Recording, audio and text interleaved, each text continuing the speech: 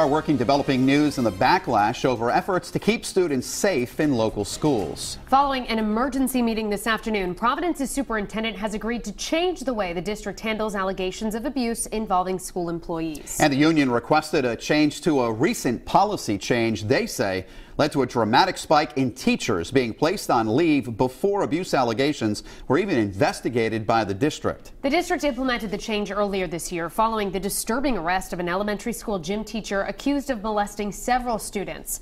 The school's principal was later charged with knowing about the alleged abuse but failing to report it. And today, a Warwick elementary school principal appeared in court accused of failing to report allegations of sexual abuse involving students in her school. Eyewitness News reporter Steph Machado begins our in-depth coverage in Providence with developing details on today's agreed-upon policy change. Steph?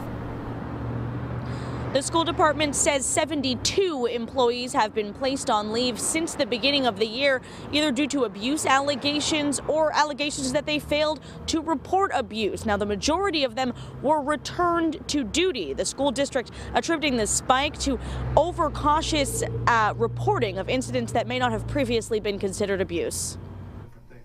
Providence School Superintendent Chris Marr agreeing to personally review abuse allegations before deciding to place a teacher on leave after a sharp increase in employees on leave this school year because of accusations. I need my teachers to feel safe going to work. Providence Teachers Union President Mary Beth Calabro says teachers are being falsely accused of abuse. If you walk over to a student, or if you try to break up a fight, they'll be like, DCYF, you can't touch me, you can't go near me. Teachers are afraid to break up fights, violence, because they're afraid that in the course of doing that, they might make contact with a student. School Board President Nicholas Hemond says the majority of unfounded abuse allegations appear to be the result of over-reporting incidents out of an abundance of caution. People are reporting people for leading a student away by hand. Teachers then being automatically placed on leave while the allegation is reported to DCYF. It also impacts our ability to educate students. There's been extra scrutiny on reporting after a gym teacher at Harry Kazarian Elementary was charged with molestation earlier this year,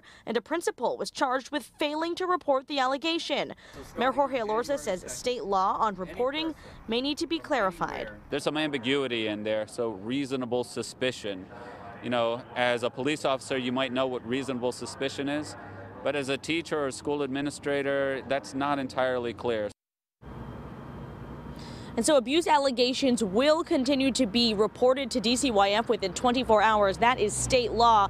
The difference here, the change today, is that not every teacher will necessarily be placed on leave while that investigation is ongoing. The conversation between city leaders and the union continues. Live in Providence, I'm Steph Machado, Eyewitness News.